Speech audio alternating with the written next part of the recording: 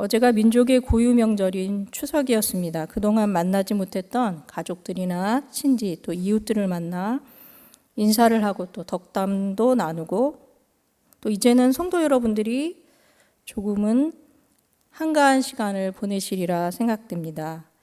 추석을 생각하면 한가위라 하여 풍성함에 대해 서로에 대한 고마움과 마음의 표시 등 여러 가지 감사함의 인사를 떠올릴 수 있습니다. 이런 시기에는 특히 물건을 배달하시는 택배 기사님들이 가장 분주하게 움직이시는 것을 볼 수가 있습니다.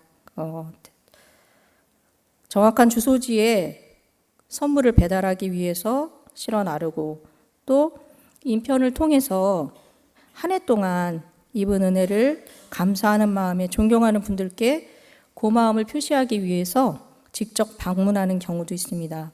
그래서 우리 주변이 계속 분주하게 돌아갔던 것을 볼 수가 있습니다. 저희 사무실에도 계속 감사의 선물들이 크고 작은 선물들이 마음을 담아서 여러분들이 이렇게 선물을 배달해 주셨습니다. 지난 주간에 우리 교회 가까이에 육거리 시장이 있죠. 거기서 훨씬 더 명절 분위기를 피부에 와닿게 느낄 수가 있었습니다. 많은 사람들이 오고 가고 흥정을 하고 또 선물들을 고르고 준비하고 또 추석을 준비하기 위해서 시장이 들뜬 분위기로 이렇게 돌아가는 것을 볼 수가 있었습니다. 그리고 또 미리 한복을 차려입고 추석을 준비하는 모습도 볼 수가 있었습니다. 제가 잠깐 영화부 설교를 감당하고 있는데 벌써 어머님들께서 센스 있으시게 우리 영화부 아이들에게 한복을 입히셔서 예배를 이렇게 올 수 있도록 하는 그런 모습도 볼 수가 있었습니다. 지금 명절로 인해서 여러 가지 들뜨고 분주한 그런 가운데 이제 잠시 예배에 나오신 모든 분들과 또 온라인으로 예배 드리시는 분들은 잠깐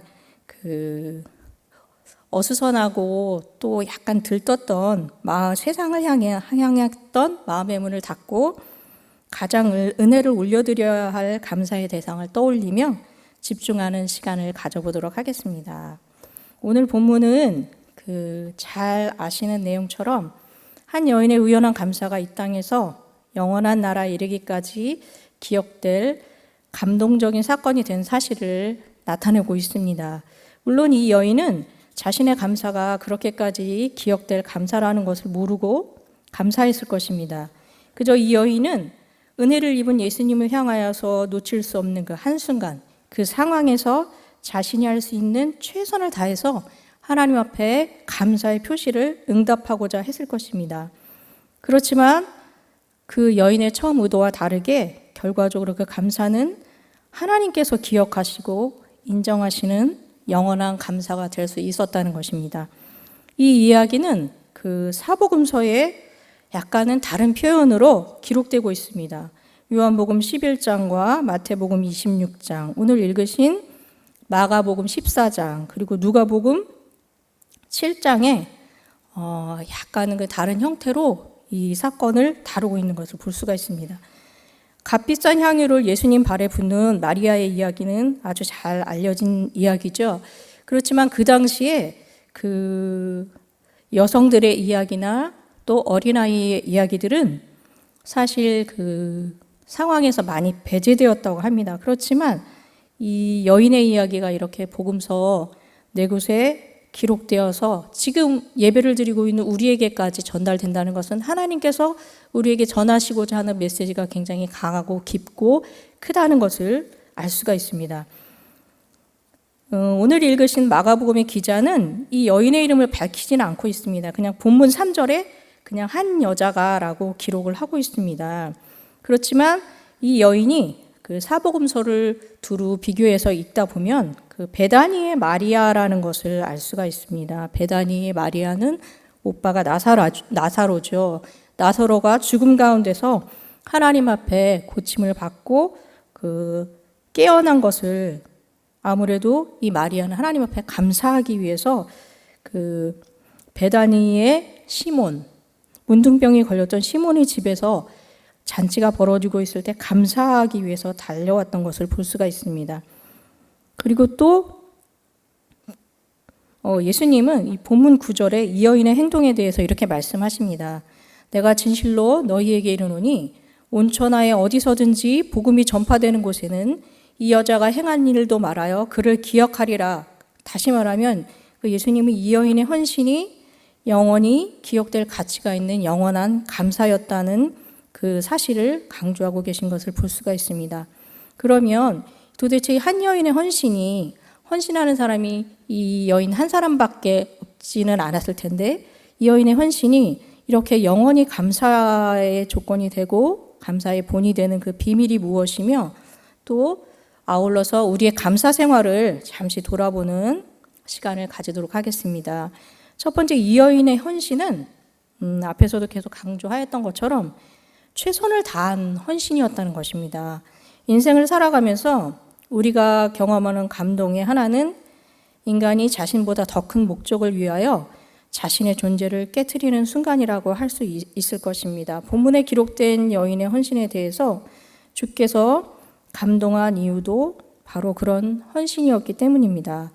오늘 마리아는 베다니의 마리아로 추정이 되는데 베다니는 예루살렘 성에서 동쪽으로 여리고로 가는 길목의 약 3km 지점에 감람산 남도길슬기에 있는 아주 작은 마을이었다고 합니다. 이곳은 죽은 나사로를 다시 살리신 장소이기도 하고 또 나병을 고침받은 베다니 시몬이 집이 있는 것을 볼 수가 있습니다.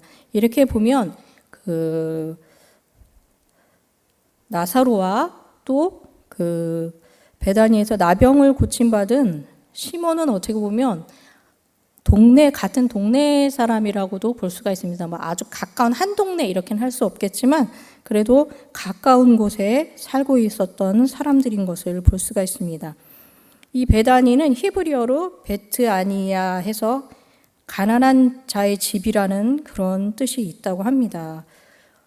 예수님께서는 낮고 천한 곳, 그리고 지금으로 말하면 이 베다니는 약간 슬럼가, 많은 사람들이 찾지 않고 세상 가운데서 약간은 멸시받는 사람들이 사는 곳이었다라고 추정해 볼 수 있습니다. 그런 곳에 예수님께서 찾아가셔서 나병을 고쳐주시고 또 죽은 나사로를 살리셔서 그 마리아가 그 오빠로 인할 슬퍼하는 그 문제를 해결해 주신 것을 볼 수가 있습니다.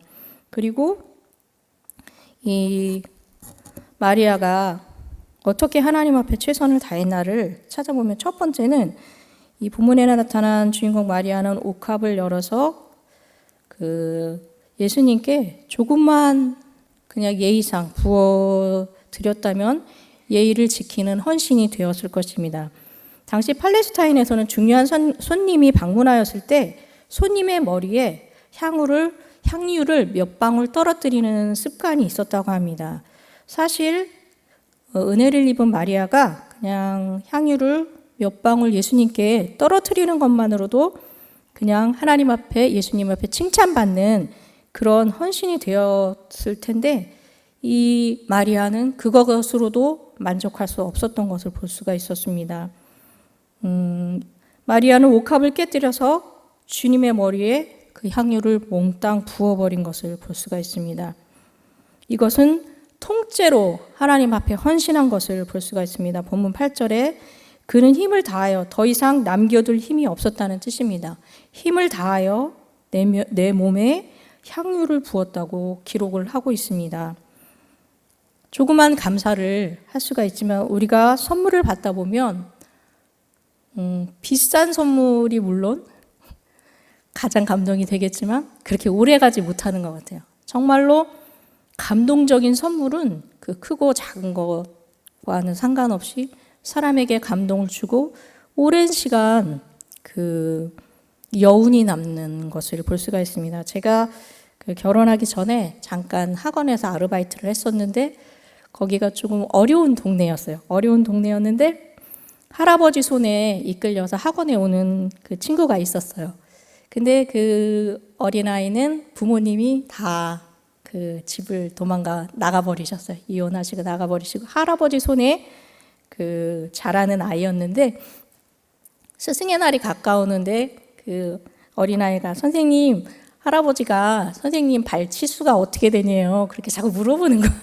근데 제가 여자치고는 발이 되게 큰 편이에요. 그래갖고 얘기를 안 했어요. 그냥 선생님 발 그냥 그래 그렇게 하고 말았는데 스승의 날 그 할아버지가 아이 손에 뭔가를 들려 보내더라고요. 신문지에 싼 여자 까만 스타킹을 보내셨어요. 근데 제가 지금까지도 가장 감동이 있던 선물이에요. 그 할아버지가 손자를 키우면서 얼마나 그 남자아이들도 얼마나 또 가만히 있지 않잖아요. 그 아이를 다루기 위해서 얼마나 힘들으셨을까 했는데도 또 스승의 날이라고 선물을 보내신다고 하시는데 그러니까 할아버지시라 잘 모르셔서 그 여자들 스타킹은 치수가 있는 줄 아셨나 봐요. 그냥 이렇게 쭉 늘어나는데 할아버지가 선생님 발치수가 어떻게 되냐고 자꾸 물어본 거예요. 그러니까 이게 발치수가 있는 걸로 아셨던 거예요. 그래 그 선물이 가장 저에게는 감동이 됩니다. 지금 오늘 이 마리아도 그냥 몇 방울 떨어뜨려서 은혜를 입은 것에 감사할 수 있었겠지만 이 마리아는 병을 깨트려서 하나님 앞에 부어드렸다는 겁니다. 그리고 또 병을 깨트렸다는 것은 다시 사용하지 않겠다는 의미가 되거든요. 주님 이외에 다른 대상을 향하여서는 결코 사용하지 않겠다는 그런 고백인 것을 볼 수가 있습니다. 그녀는 최소한의 헌신이나 부분의 헌신이 아닌 전부의 헌신을 하나님 앞에 드리고 싶었던 것을 볼 수가 있습니다. 사랑에는 헌신과 낭비의 본능이 있다고 합니다. 그 아내를 사랑하는 남편은 내가 피땀 흘려 번 돈이지만 아내가 사용하면 즐겁겠다 생각하고 아내가 쓰는 것에 대해서 기뻐한다고 합니다. 혹시 아내분들도 계신가요? 또 우리는 사랑하는 사람을 위해서 시간을 즐겨 헌신하고 낭비한다고 합니다. 또 생각을 헌신합니다. 물질을 헌신합니다. 또는 우리의 존재 그 자체를 헌신을 합니다. 우리가 그 처음 사랑하는 사람을 만났을 때 정말 뭐든지 다 해주고 싶죠. 세상에 가장 좋은 것. 남자분들 같은 경우는 하늘의 별도 달도 다 따다 주겠다고 그렇게 약속을 하시는데 그것처럼 그 사랑을 할 때는 헌신할 수밖에 없다고 합니다. 헌신할 수 없는 사랑은 진정한 사랑이 아니라고 합니다. 이 여인은 조금도 망설이는 흔적이 없이 주저함 없이 하나님 앞에 이 모든 것을 바친 것을 볼 수가 있고 이 헌신이 하늘을 감동시키고 주님을 감동시킨 것을 볼 수가 있습니다. 사무엘상 16장 7절에 보면 내가 보는 것은 사람과 같지 아니하니 사람은 외모를 보거니와 나 여호와는 중심을 보시느니라는 말씀이 있습니다. 여러분들이 하나님 앞에 지금 드리는 예배 또 헌금 주의 봉사 모든 것들이 중심을 들여서 하시기를 원합니다. 사람이 보는 것과 하나님이 보시는 것은 틀리다고 합니다. 그렇기 때문에 하나님께서는 반드시 우리의 중심을 체크하십니다. 그 부분을 기억하시고 또 이 복음이 전파되는 모든 곳에서 모든 사람들에 의해 이 여인의 헌신이 영원히 기억될 것이라고 말씀하셨지만 이것은 단지 물질에만 국한된 것이 아니라는 것을 다시 강조를 드립니다. 하나님께서는 반드시 중심을 보시고 어떤 의도에서 하나님 앞에 이것을 드리는지 얼마나 감동적으로 아니면 얼마나 소중하게 준비해서 하나님 앞에 드리는지를 그때그때 체크하신다는 것을 볼 수가 있습니다. 이것은 인생의 어느 시점에서 주님께서 우리 각자에게 하나님 나라를 위해서 자신이 가장 소중하게 생각하는 옥합을 깨트릴 수 있느냐고 물어보실 때에 우리가 어디까지 순종할 수 있는지 체크하는 바로미터가 되는 그런 사건이라고 말할 수가 있습니다.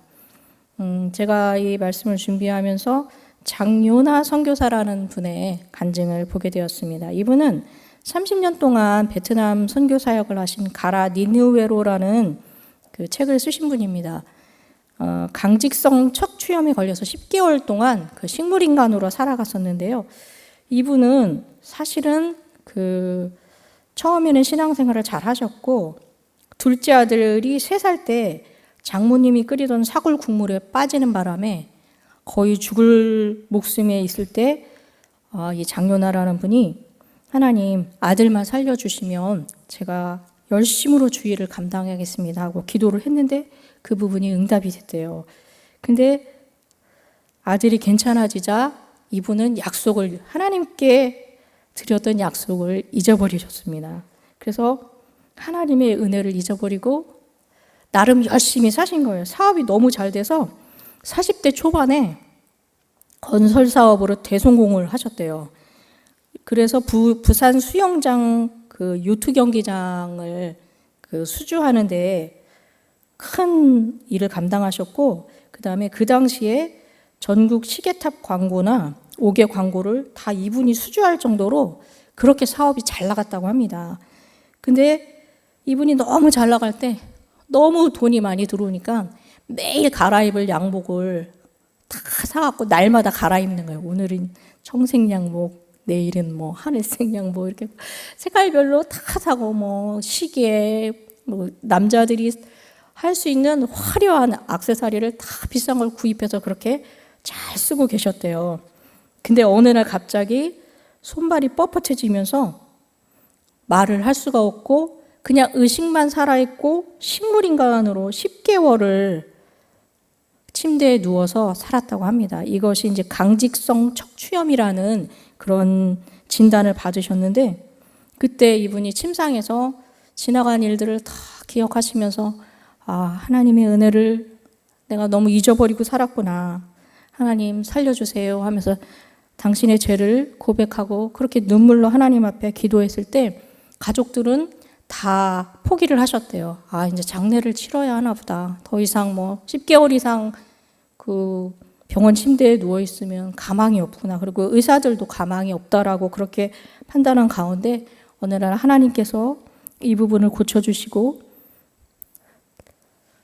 내게 베풀었던 은혜를 너는 기억하라라는 그런 말씀을 주시면서 가라 니느웨로라는 그런 음성을 들려주셨다고 합니다. 그래서 이분이 그 사업을 하던 그 베트남이 떠올랐고 1990년에 베트남에 입국하여서 죽을 각오로 베트남 선교에 임했다고 합니다. 그래서 이분은 이런 고백을 하고 있습니다. 과거에 죄인 줄 모르고 생명값을 술값으로 탕진한 나는 침대에서 잘 자격이 없었다. 하나님의 은혜인 줄 모르고 돈만 쌓아두고 살았지만 이제 나를 위해 내 것을 만들지 않고 오직 하나님의 능력으로만 살고 싶다. 그래서 이분은 관을 짰다고 합니다. 조금 명절에 드리기 좀 약간 그런 간증인데, 나무관을 짜서 그거를 침대 삼아서 매일 숙소에 거기서 잠을 자고 일어나고, 그렇게 한 것은 본인도 믿을 수가 없고 또 하나님의 은혜를 저버릴까 봐 항상 기억하는 마음으로 자아를 죽이고 죄악 가운데서 날마다 지켜달라는 그런 마음으로 관을 짜서 그 위에서 자고 일어나고 이렇게 생활하셨다고 합니다. 그래서 그 베트남 30년 동안 교회를 300곳 이상 세우시고 병원 16개와 신학계와 학교를 건립하셨다고 합니다. 이렇게 마리아처럼 최선을 다해서 바쳐진 헌신의 예화가 될 수가 있습니다. 두 번째는 이 마리아가 옥합을 깨트린 예화는 사랑을 넘어서 하나님 나라에 드려진 헌신이었다고 볼 수가 있습니다. 오늘 마가복음 14장 9절 그 뒤쪽에 보면 마리아의 헌신과 대조적으로 유다가 배반하는 그런 모습이 나오고 있습니다. 그 같은 장소나 같은 상황에서 한 사람은 감사를 하고 한 사람은 배반의 길로 들어선 그 흙과 백처럼 대조적인 모습을 볼 수가 있습니다. 이렇게 마리아가 하나님 앞에 옥합을 깨트려 드린 이것을 가룟 유다는 낭비나 허비로 보았습니다. 인간적인 생각으로 그것을 가난한 사람들에게 나눠주는 게 좋지 않을까 이렇게 생각한 것을 볼 수가 있습니다.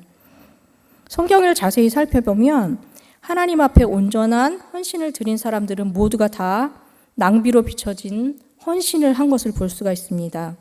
하나님께서 아브라함에게 아들 이삭을 번제로 바치라고 말씀하셨을 때 어떻게 아들을 제물로 바칠 수 있을까? 이런 인본적인 관점에서 보면 이거 미치지 않고서는 이런 일을 할 수가 있을까? 그런데 아브라함은 하나님의 말씀대로 순종한 것을 볼 수가 있습니다. 그리고 또한 솔로몬은 1,000번제를 하나님 앞에 드렸습니다. 이것은 하나, 둘, 셋, 넷 해서 1,000번의 그 제사를 드린 것이 아니라 한 번에 동시에 소 1,000마리를 하나님 앞에 드린 것을 볼 수가 있습니다. 물질적인 관점에서 보면 이것은 낭비입니다. 그렇지만 하나님 앞에서는 그렇지 않다는 것입니다. 또 바나바는 자기 땅을 팔아서 교회에 다 바친 것을 볼 수가 있습니다. 그리고 또 베드로나 바울은 자신의 전생애를 하나님 앞에 바친 것을 볼 수가 있습니다. 우리가 드리는 헌신을 한번 돌아보는 그런 시간을 가졌으면 좋겠습니다. 오늘 3절에 순전한 나드 한옥합에서 나드향에 대해서 잠깐 설명을 드리면, 잘 아시는 것처럼 나드는 히말라야 그 백두산 근처에 해발 3,000 내지 4,000m에서 나는 감송향 뿌리에서 짜낸 고유한 그 향이라고 합니다. 해발 3,000에서 4,000m는 백두산이 2,750m 정도니까 어느 정도인지 가늠이 가시죠.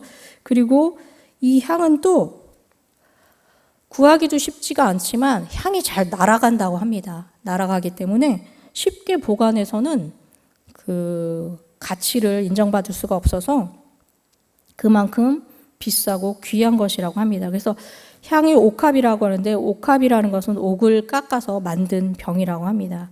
그래서 향이 날아가지 않도록 밀랍을 사용해서 봉했고요. 히말라야에서 팔레스타인까지 오는 동안에 증발해버리거나 또 용기가 부서지기 쉽기 때문에 가격이 더 비쌌다고 합니다. 얼마나 그 귀한 향이었는지 가늠해 볼 수 있습니다. 모든 헌신은 귀하고 아름다운 것입니다. 그러나 그 헌신이 사람이 아닌 구세주에게 드려진 헌신이라면 더욱 귀하고 아름다울 수밖에 없습니다. 내가 헌신하는 대상이 나만이 아닌 온 세상을 구원할 하나님 나라의 귀한 분이라면 얼마나 귀하고 아름다운지 생각해 볼 수 있습니다. 이런 무명한 자들을 통해서 하나님 나라가 확장되어지고 유지되어지는 것을 볼 수가 있습니다. 랄프 마틴이라는 성경학자는 오늘 본문의 베다니에서 마리아가 예수님이 머리에 기름을 부은 사건은 매우 중요하게 상징적이고 극적이고 신앙적인 행동이었다고 말하고 있습니다. 구약에서 기름을 붓는 것은 왕이나 선지자, 제사장에게만 하는 행위였고 궁극적으로 그것은 인류의 메시아에게 드려진 행위였습니다. 이 여인의 예수님께 드린 이 향유 옥합은 예수님이 인류의 참된 왕이시고 선지자이시고 제사장임을 나타내고 믿었던 행동인 것을 볼 수가 있습니다. 또한 그 선교학자였던 케네스 라투렛이라는 또 선교학자이며 선교 역사가인 이분은 교회 역사를 연구하는 동안에 아주 중요한 결론을 내렸다고 합니다. 교회를 지켜온 사람들은 어떤 사람들이냐면 이름도 없이 빛도 없이 주의 재단에 사랑을 바친 수없는 많은 성도들이 바로 교회의 주인들이었고 옥합을 깨뜨린 마리아였다고 그렇게 나타내고 있습니다. 오늘도 이 교회를 지키는 사람들은 이런 마리아와 같은 영성을 가진 이름도 없고 빛도 없는 그런 자들인 것을 볼 수가 있습니다.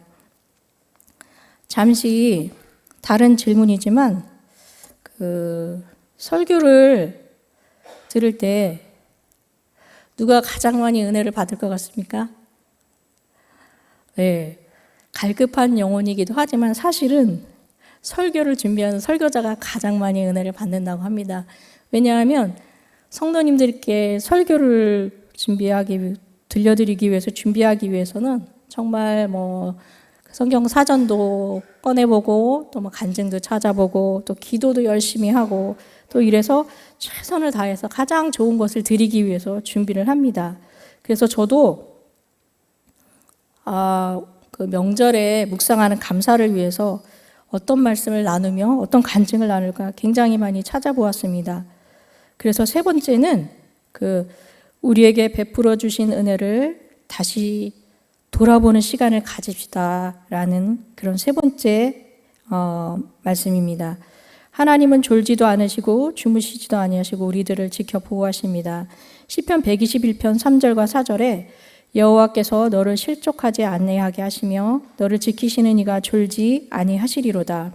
이스라엘을 지키시는 이는 졸지도 아니하시고 주무시지도 아니하시리로다.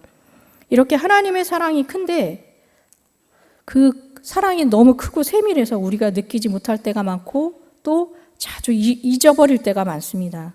성도 한 분 한 분에게 각자에게 주셨던 감사의 사건을 다시 한번 돌아보시면서 감사하는 시간을 가졌으면 좋겠습니다.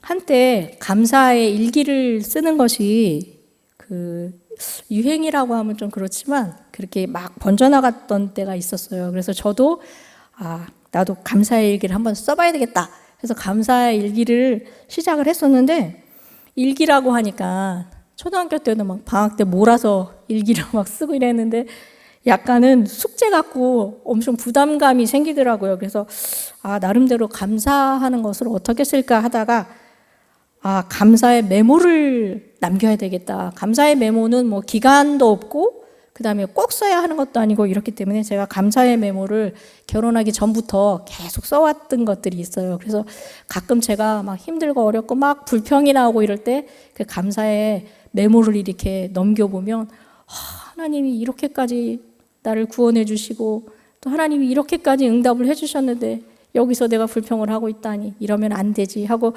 다시 이렇게 가다듬는 그런 시간들을 가집니다. 그 중에 이제 한 가지 감사의 메모를 말씀을 드리면, 저는 2012년 초봄에 오송에 살았습니다. 지금 그 개발이 되기 전에 오송에 살았는데 제가 섬기던 교회 지성전이 옥산에 있어서 새벽 예배를 드리러 그 구도로로 가서 예배를 드리고 옥산에서 5시 40분경에 옥산과 조치원 중간쯤에 쌍청교라고 있어요. 거기를 지나게 됐는데 갑자기 막 무서운 생각이 들면서 타는 냄새가 막 나는 거예요. 근데 제가 약간 그 빠릿빠릿하지를 못해요. 이렇게 동작이 약간 느린 편인데 이상하다 그러면서 막 탄내가 계속 나는 거예요. 그래서 저는 2월 초라 그때가 긴 무릎 밑에까지 오는 긴 패딩 코트를 입고 있었어요. 그리고 근데 계속 냄새가 나길래 이상하다 어디서 이렇게 냄새. 창문을 열었어요. 창문을 열었는데도 냄새가 점점 심해지는 거예요. 그리고 이제 운전을 하다가 딱 왼쪽 발밑을 봤는데요. 순간 불길이 올라오는 거예요. 제가 어머 이거 뭐지? 새벽 예배를 오면 약간 확실하게 깨지 못한 약간 몽롱한 상태잖아요.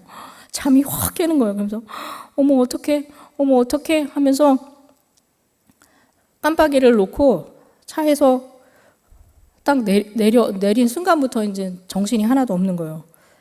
차에 불이 난 거예요. 차에 불이 나서 순간 제가 하나님 어떡해요 하면서 제가 뒷걸음질을 차를 그 쌍청교 중간에 세우고 뒷걸음질을 막 쳤어요. 근데 차에 불이 나니까 얼마나 빨리 번지는지 모르겠더라고요. 아마 차량 관리하시거나 이런 집사님들은 아실 거예요. 그리고 그 전날 또 제가 하필이면 기름을 꽉 채웠어요. 기름을 꽉 채웠는데 어머 하나님 어떡해요? 어머 하나님 어떡해요? 하면서 뒷걸음질을 막 치는데 1, 2분 사이에 이 불길이 지붕으로 타고 뒤로 넘어가더라고요. 영화에서 보는 것좀 차가 폭발하겠구나 막 이런 생각을 하면서 막 뒷걸음질을 치고 있는데 그 순간 제가 더 놀란 거는 소방관이 나타나는 거예요. 그래서 제가 아니 이게 도대체 무슨 상황이지? 제가 연락도 하지 않았는데 소방관이 딱 오더니 많이 놀라셨죠? 어떤 분이 차에 불이 난 걸 봤다고 전화를 하셨는데 사실은 저희는 가경동에 있는 그 소방서에서 옥산 근처에 그 시간에 새벽에 어디서 그 비닐하우스 쪽에 거기에는 그런 그 특경작물 같은 걸 하는 비닐하우스가 꽤 있거든요. 거기 어디에 그 물이 떨어졌다고 해서 물이 떨어지고 빨리 와달라고 해서 새벽에 출동을 한 소방차래요. 제가 거기에 너무 놀란 거예요. 곧바로 달려와서 차에 전체에 불이 붙지 않고 조금만 기다리십시오. 그러면서 창문을 깨도 되느냐고 물어보시고, 아, 상관없습니다. 창문을 깨도 괜찮습니다. 해서 막 불길이 막 번지기 시작, 앞에는 벌써 순식간에 다 탔어요. 타고. 뒤로 막 불길이 넘어가는 상황에서 그 소방관들이 불을 꺼주고 간 그런 일이 있었습니다. 제가 이거를 그 감사 메모에서 찾았습니다. 2012년 초봄에. 저 잊을 수가, 하나님께서 정말 둔하고 아무것도 모르는 저를 구하시기 위해서 그 새벽에 가경동에서 오면 한 15분 내지 20분 걸린다고 하시더라고요. 그럼 이미 차는 다 타고 폭발했을 수도 있는데 이렇게 예비해 두셨다가 소방관을 보내셔서 살리신 하나님의 은혜가 너무 감사해서 그 외에도 여러 가지 것들이 적어놓은 것들이 있더라고요. 그래서 사람은 너무 하나님의 은혜를 쉽게 잊어버리는구나. 이런 은혜의 시간이 있었는데 제가 또 불평을 하고 있습니다. 하나님 하면서 이 설교를 준비하면서 제가 그거를 다시 설교가 아니었으면 그 메모를 다시 이렇게 찾아볼 일이 없었을 텐데 찾아보면서 하나님 앞에 너무 감사했던 그런 시간을 보냈습니다. 그래서 우리 여러분들께서도 하나님이 주신 은혜가 일평생 내가 살아오는 동안 하나님이 주신 은혜가 한두 가지가 아니겠죠. 기도 응답을 하신 것도 한두 가지가 아니고 또 하나님께서 나를 그 위경 가운데 건져 주신 사건도 한두 가지가 아닐 것입니다. 우리 그 믿음이 좋으신 권사님들, 장로님들 인생을 살아온 기간만큼 하나님이 감사의 조건이 너무나 많을 수 있을 것이라고 그렇게 생각을 합니다. 그래서 명절을 맞이해서 한번 하나님을 만난 시간부터 지금까지 하나님께서 나에게 베풀어 주셨던 그 은혜들을 다시 한번 이렇게 돌아보시고 마음을 들여서 하나님 앞에 감사하는 여러분들이 되셨으면 좋겠습니다.